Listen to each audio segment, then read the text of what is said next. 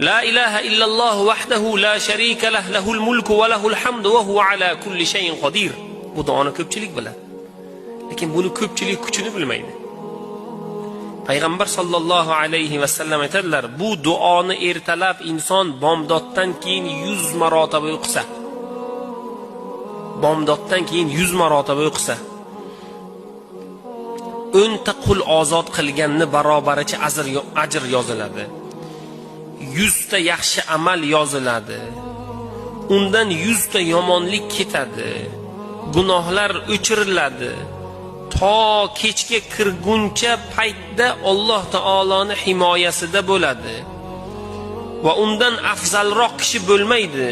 Alloh taolo uni jinlar, shaytonlar, sehrdan, jodudan, issiq sovuqdan, har baloyu ofatdan Alloh panohida saqlaydi.